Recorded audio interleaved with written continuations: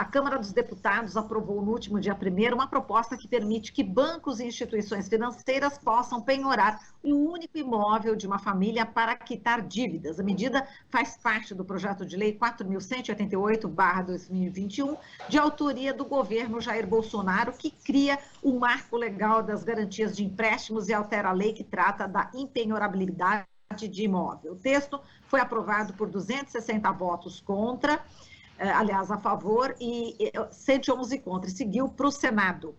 Pela legislação em vigência, uma família não pode perder seu imóvel, único bem, praticamente por causa de dívidas. A gente vai falar sobre esse assunto com Nabil Bonduque, arquiteto, urbanista, professor titular de planejamento da Faculdade de Arquitetura e Urbanismo da USP, ele foi relator do plano diretor e também secretário de Cultura de São Paulo. Nabil, bom dia, seja muito bem-vindo. Bom dia, prazer estar aqui falando com você. Está me ouvindo bem? Estou te ouvindo muito bem, te vendo muito bem. Quem está na TVT, no YouTube também está te acompanhando, Nabil. Mas vamos lá, na sua coluna, Nabil, no UOL, nessa semana, você abordou esse assunto, né? Você escreveu o artigo: se projeto de Bolsonaro não for barrado, legião de sem-teto crescerá no Brasil. Então, eu gostaria que você falasse sobre essa preocupação que você expõe em seu artigo, né? Onde você já começa com uma informação que surpreende até, né, Nabil? Você diz que, por incrível que possa parecer, a maioria das famílias brasileiras, mesmo as mais pobres, tem uma moradia própria. Conta pra gente, Nabil. Olha, a moradia própria é um desejo da população, e não é um desejo meramente ideológico. Muitas pessoas falam da casa própria como uma ideologia, né, que está ligada à questão da propriedade. É claro que isso é utilizado ideologicamente, mas, na verdade, numa sociedade, vamos dizer assim, pobre, com grande estabilidade social, uma sociedade onde as pessoas ficam desempregadas, perdem a renda, onde a previdência não atende, né, as necessidades da população, as aposentadorias são baixas, um salário mínimo insuficiente para as pessoas viverem. Ter uma moradia própria é uma segurança, é uma garantia contra vários problemas, várias vicissitudes que podem acontecer na vida. Então, isso faz com que a população, e inclusive a população de baixa renda, busque, né, uma casa, alguma moradia própria, muitas vezes, inclusive, precária. Né? Nós temos muitas moradias próprias que são precárias. O processo de obtenção da casa própria no Brasil, que eu estudei isso longamente, né, nas minhas pesquisas de história da habitação, eles foram obtidas, em geral, a grande maioria delas, através da autoconstrução, ou do que eu chamo do autoempreendimento, onde uma população pobre obteve uma terra, porque hoje isso está também mais difícil, mas no passado era relativamente mais fácil, e depois construir as suas casas em etapas, e às vezes levava 10, 20, 30 anos até a casa ficar numa condição adequada, e às vezes sequer ficava adequada. Ou se não, através dos financiamentos do sistema financeiro da habitação, que também precisavam pagar durante 25 anos uma prestação para a casa. Tudo isso porque as famílias queriam fugir do aluguel. Por que querem fugir do aluguel? Porque o aluguel, é uma despesa permanente e que não dá nenhuma garantia. A qualquer momento o proprietário pode pedir a casa, ou a pessoa pode não ter condições de pagar, e ela acaba não tendo onde morar e vai para uma situação até mais precária, muito comum em São Paulo. Quem morava numa casa de aluguel numa região um pouquinho melhor, com o tempo não consegue mais pagar o aluguel daquela região, porque a região se valoriza, quando chegam as benfeitorias urbanas, que mais cedo ou mais tarde acabam chegando, e isso também faz parte do processo de constituição do parque habitacional, não só em São Paulo, no Brasil, quer dizer, os loteamentos, mesmo as favelas, elas começam extremamente precárias, e ao longo do tempo, por mobilização da população, articulação de movimentos sociais, associações de bairro, chega primeiro a luz, depois a água, depois chega a pavimentação, às vezes chega o esgoto, porque o esgoto não chega hoje para 40% da população, no estado de São Paulo. Então, mas de qualquer maneira, esse lugar vai melhorando, ele vai melhorando a casa, e esse processo, que hoje está cada vez mais difícil, mas é um processo histórico que aconteceu nas nossas cidades. Então, por conta disso, a gente tem esse dado que eu, inclusive, coloco no artigo, né, que é um dado que vem de várias pesquisas, né, seja do censo de 2010, não temos o censo de 2020, mas o censo de 2010, as PNADs, que são a Pesquisa Nacional de Amostra de Domicílios, mostram que 72% da população ela mora em casas próprias. E isso significa o seguinte, né, bom, dessas 72%, uma porcentagem, menos de 10%, ainda estão em pagamento, que são essas que pagam prestação. Bom, mas de qualquer maneira é a maioria. Né? Mesmo entre a população de renda mais baixa, né, a classe D e E, isso foi uma pesquisa feita pelo Datafolha com uma, uma companhia imobiliária, na classe D e E, 62% da população vive numa casa, numa moradia própria. Ela pode não ser regulamentada, né? Eu vou falar disso mais para frente.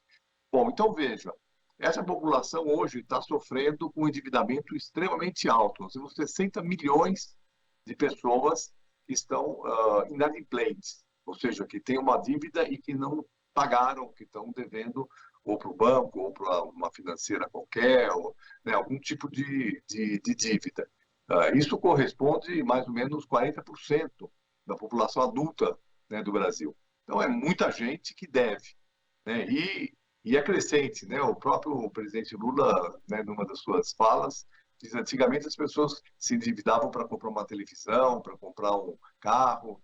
Né? Hoje as pessoas estão se endividando no cartão de crédito para comprar comida. Né? A fome, né, está crescendo enormemente no país. Né? As últimas pesquisas mostram isso. Então, veja, essas famílias, são famílias de baixa renda, famílias de renda média, mas que, né, hoje já talvez não estejam numa condição muito favorável, estão endividadas. E aí, então, né, o que esse projeto propõe? O projeto diz o seguinte, que as pessoas podem tomar um financiamento colocando sua casa como garantia, a sua casa única, porque a legislação, isso vem de longe, essa legislação, mas ela foi consolidada em 1990, a legislação proíbe que as casas, que seja a única propriedade de uma família, seja colocada como garantia, né? Porque a casa própria, isso é uma defesa da família, é uma defesa, né, da mínima condição das pessoas, ela é impenhorável, ou seja, não pode ser penhorada. Então, ninguém vai emprestar um recurso com base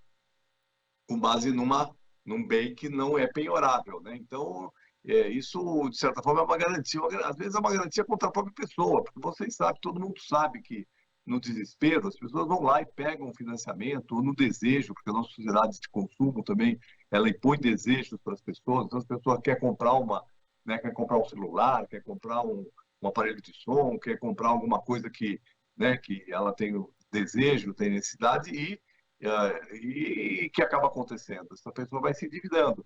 Aí o banco fala assim, não, então você pega aqui um empréstimo para pagar todas as suas dívidas com juro mais baixo, né? Porque o juro do cartão de crédito hoje é absurdo, né? Isso, muitas pessoas já passou nessa situação, que está devendo ali, né, cada vez mais, por conta que está, né, na dívida do cartão. Aí o banco, por exemplo, se você pega um empréstimo e quita todos os demais, esse empréstimo vai ter uma taxa menor, claro que ela vai ser uma taxa menor, porque você oferece uma garantia a uma propriedade, né, uma casa, acaba sendo, né, o juro sai mais baixo. Esse é o argumento do governo. Né? O argumento do governo é de que essa possibilidade ela vai baixar o juro. Né? Vai baixar os juros, mas isso não quer dizer, né, que vai baixar o juro de 12%, de 15%, de 10% ao mês, né, do cartão de crédito para, né, um juro de 3%, 4%, que também são juros altíssimos, né? 3%, 4% ao mês, 5% ao mês, é um juro muito alto também.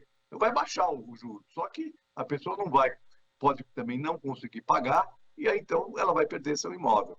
Né? Essa é um risco muito grande, e acho que nós não devemos aceitar essa mudança. Isso é uma mudança de legislação importante para o país, porque está, de certa forma, rompendo, eu diria até que ela é inconstitucional, porque a Constituição fala no direito à habitação, fala no direito, na proteção à família, né? No fundo, estimula o crédito, que claro que é de interesse das instituições bancárias, estimula as garantias, que também é uma coisa que favorece o mercado, né, o mercado bancário, porque, né, a gente sabe que muitas vezes os bancos têm dívidas impagáveis, né? Às vezes eles concedem o crédito, mas depois as pessoas não conseguem pagar e muitas vezes não pagam mesmo, certo? E o banco pode ter, coloca lá chamados créditos podres, né? Que ele tem lá um crédito, mas não vai conseguir cobrar. E agora, se a casa entrar como garantia, ele vai conseguir, né, fazer um leilão da casa e permite também uma outra coisa que hoje não se hoje você não pode colocar uma propriedade para vários empréstimos. E aí, então, esse projeto de lei cria uma espécie de um, de um de uma instituição que vai intermediar esse processo e que vai, inclusive, estabelecer os limites de financiamento. Ela vai poder pegar, sei lá, 3, 4 empréstimos diferentes até comprometer integralmente o valor estimado da casa. Isso é gravíssimo, né, do ponto de vista social. Então, nós somos contra esse projeto, acho que ele não deveria ser aprovado, ele vai agravar o problema da habitação. E veja que o único programa habitacional que o governo federal, pelo menos, diz que tem prioridade, né, embora também não consiga implementar com a agilidade necessária, é um programa de regularização fundiária, certo? Então, veja, é claro que para oferecer um imóvel em garantia, aquele imóvel precisa estar regularizado. Então, o governo federal também está regularizando favelas, áreas irregulares, está empenhando para isso. Então, na verdade, ao regularizar o imóvel, que é uma reivindicação do movimento de moradia, do movimento da reforma urbana, a regularização da terra, a regularização fundiária, mas ela tem um efeito nefasto, que é o seguinte, depois que regulariza, aquela propriedade entra no mercado. Né? Entra no mercado imobiliário, porque o mercado imobiliário só trabalha com imóveis regularizados, e também agora poderá entrar no mercado financeiro. Exato, a gente já está no final, tem um minutinho final só aqui, do que a gente podia falar rapidamente da paralisação, né, da comercialização, enfim, do faixa 1 do Minha Casa Minha Vida, que você inclusive encerra, né, o seu artigo falando, né, que é preciso enfrentar essa grave crise habitacional, não é isso? Agora, fechando aí a faixa 1, não, né? Exatamente. Não, eu acho que aí, em vez do governo Bolsonaro se preocupar em enfrentar o problema da habitação, né, enfrentar, viabilizando um programa que dê grande subsídio para quem, né, hoje está em situação dramática, porque, né, quando a gente fala assim, quando eu coloco a maioria tem casa própria, o pessoal fala, bom, então o problema da casa, da habitação não é um problema grave? Não, ele é um problema gravíssimo, porque 27% das pessoas que pagam aluguel, os 30% restantes, né, constitui no Brasil uma legião enorme de pessoas. Significam mais de 15, 17 milhões de pessoas que estão numa situação muito difícil. Né? Tem outros que estão no déficit, exatamente, mas tem muitos outros que não estão no déficit, mas que também têm problemas de habitação. Para não falar da população em situação de rua, etc. Então, né, o que o governo deveria estar hoje empenhado é em constituir ou reconstituir um programa para atender a população de baixa renda. Não só o governo federal, porque o governo estadual também, aqui o governo do estado de São Paulo, é também uma coisa que pouco se fala disso, né? Mas que já chegou a, em alguns anos, produzir 50 mil casas por ano, entregar para baixa renda, que durante certos períodos, na década passada, entregou uma média de 25 mil unidades habitacionais por ano, está entregando 5, 7 mil, né? Ou seja, né, 10%, 20% do que fazia há 20 anos atrás. Então, né, nós temos que enfrentar esse problema da habitação e não podemos fazer com que pessoas que hoje moram, né, mesmo que às vezes não em condições 100% ideais, mas têm onde morar, né, e sem pagar aluguel, sem comprometer uma parte da sua renda com aluguel, elas irem para uma situação de déficit habitacional. Então, nós podemos assistir a essa ampliação daqueles que precisam de uma habitação, embora hoje a tenham. Tá certo, é todo um retrocesso enorme. A gente agradece aqui, Nabil, a sua participação. Forte abraço para você, até uma próxima. Um abraço, um beijo para você. Beijo, querido. Até mais. Falamos aqui com o Nabil Bonduque, arquiteto urbanista, professor titular de planejamento da Faculdade de Arquitetura e Urbanismo da USP, foi relator do Plano Diretor de São Paulo e secretário de Cultura também aqui do município de São Paulo. Você está ouvindo Jornal Brasil Atual. As notícias que os outros não dão.